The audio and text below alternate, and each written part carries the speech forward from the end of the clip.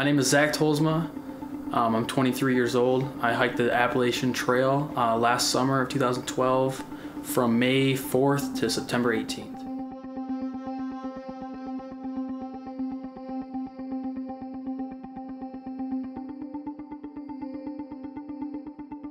Zac came up with the idea. He's like, hey, we're hiking the trail, you should come.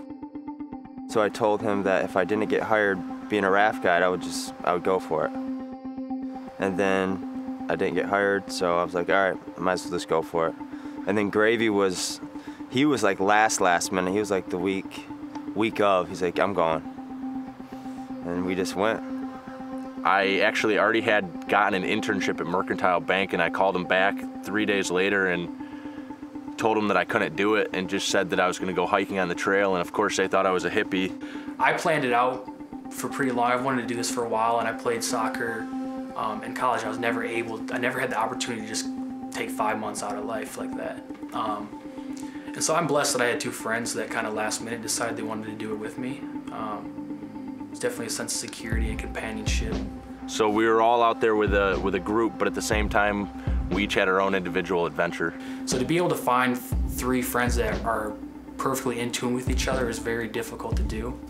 It does slow you down a bit, it does get frustrating. We had our moments sometimes, because you're with the same person for months on end, but we got along for the most part. It's just nice to have people that can relate to what you've gone through. It was fun hiking with them. It was kind of hiking with brothers. I felt safer with having two friends, for sure. You kind of come out of it with a stronger connection because you all experience something that is really hard to explain and hard to understand until you do it.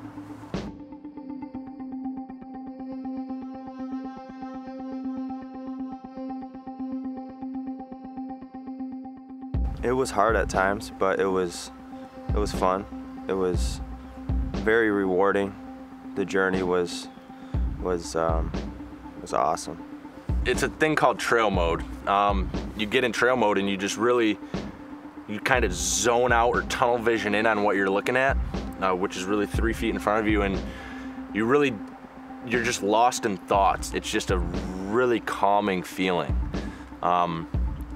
It's something that it's hard to get a calmness like that anywhere outside of it. Truly, you're connected with nature. It's awesome. Your mind naturally gets trained. The first week or two, you got a natural high. You're all excited that you're out there. So everything's really exciting and fun. You don't really notice the challenges as much. But after that, I mean, there are lots of tough times. There are lots of down times on the trail, and there's lots of, obviously, you're walking 20+ miles a day. There's lots of time to think. It was all about little victories. Little celebrations, little wins that added up to a big win. So naturally my mind, would get you lose control of it. Your mind gets in a daydream almost. You just start thinking about, I don't even control what I was thinking about, it'd be random stuff, family, friends, animals, different experience having the trail. Your mind just gets lost in a cloud, and before you know it, before you start thinking, getting back to solid ground, 2-3 hours pass. And the longer we spend on the trail, the more and more our mind would do that. So that was pretty awesome. First couple of weeks, or after the first couple of weeks, time would go by really slow.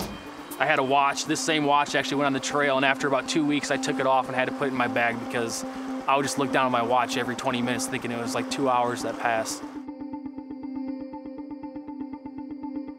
Trail magic is basically, I would define it as random acts of kindness from complete strangers. We had it happen to us quite a bit. It could happen once we got into a town, whether I was talking about earlier, whether somebody paid for our meal or bought us a new shirt or new socks or took us into their home to sleep or did our laundry. Trail magic was awesome because you're dying of thirst, you're hungry, and then you think there's no water or anything for like the next 4 or 5 miles, and then you come upon a road crossing and there's a cooler full of Powerade, Gatorade, and Cokes. It's awesome. Whether you were down in the dumps or happy, trail magic just lifts you up from here to here. It just brings you way up. People were so willing to help you out there. It was surprising. Trail magic was like saved my life on the second day. We were just getting used to the trail. We hiked 18 miles that day, and all of the water in Georgia was dried up. I couldn't even put one foot in front of the other foot without my entire leg seizing up, and we didn't have any water.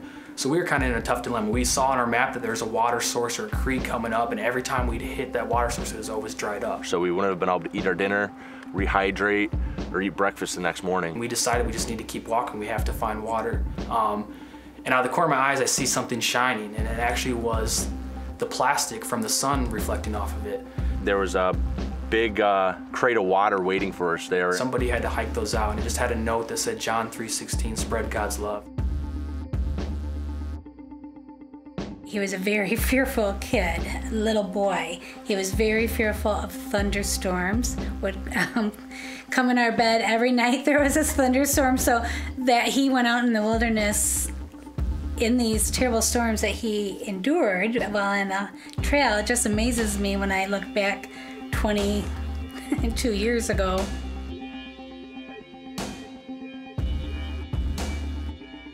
It was night 2. And it was the biggest storm that we had in the entire trail. Just rain like I've never seen before, lightning. We were in our tents while it was storming. Finally, we fell asleep. All of a sudden, in the middle of the night, I woke up and I was surfing on my sleeping pad. The water built up coming down the mountain, built up so much that it came over our flood guards on our tent and came into the tents and flooded us. I remember Eric and Chad and ourselves were pretty close to each other, and the rain was so loud that we couldn't even hear each other talking. We were screaming to try to get each other's attention, and we could barely hear each other. Zach and Chad actually slept basically in the water the night before. I was up in a hammock, really nice and dry and comfortable, but So that was rough. That really broke us in. I'm actually kind of thankful for that, because that was like the worst part of the trail besides getting sick. Running into bears and wildlife was not that bad. I know many people fear bears, fear rattlesnakes, fear mountain lions, whatever it may be. Zach threw a rock at a bear. We ran into like 14 bears, and every time I ran into a bear, it either got scared of me and ran away, or just kind of looked at me confused, like, who are you? You don't belong here. But never were they aggressive towards us.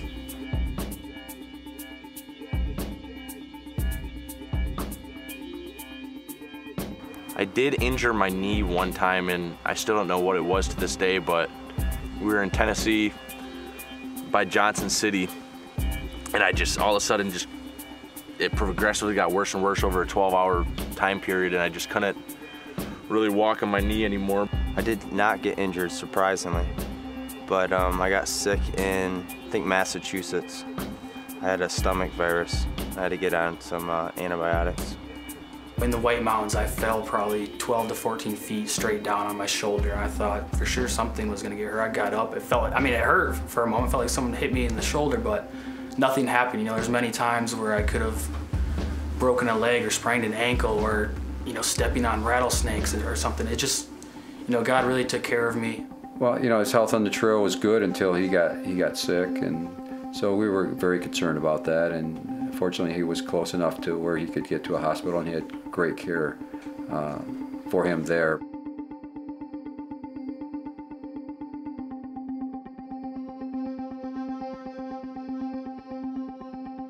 It was best case scenario as far as getting sick, not only because I was only a couple miles away from road. If it would have happened a day before or a day after, I would have been at least 20 miles away from help. But also that I got sick towards the end of the trail.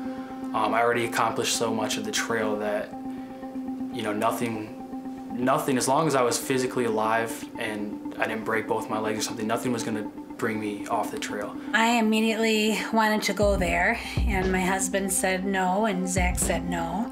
And I didn't know if Zach wanted to come home then. And again, he said no. He told me the only way he was quitting is if both legs were broken and if he couldn't walk. So he was pretty determined. The doctor called me and gave me updates on Zach, and the doctor even said, you've got a very determined boy that wants to finish this trail.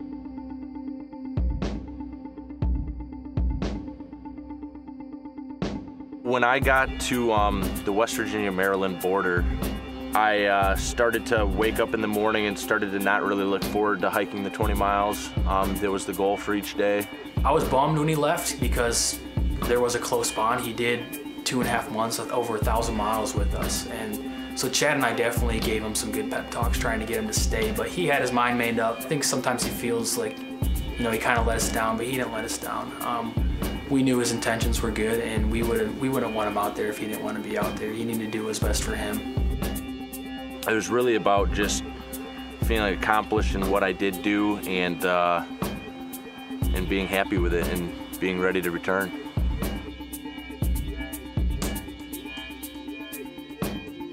I can't say that I ever considered leaving.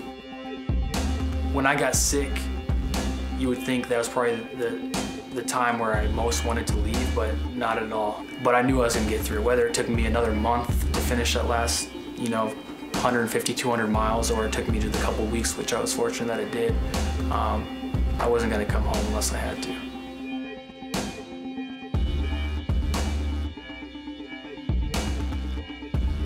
We've noticed a lot of changes with Zac after he got back from this trail. Spiritually, I think he, you know, there's so many experiences on the trail that he saw God at work. And also, just he grew up. You know, he was on his own for those 4.5 months, and he did it on his own with, you know, God's help, obviously, but he very matured a lot through all that, and he came back a different kid, but for the better.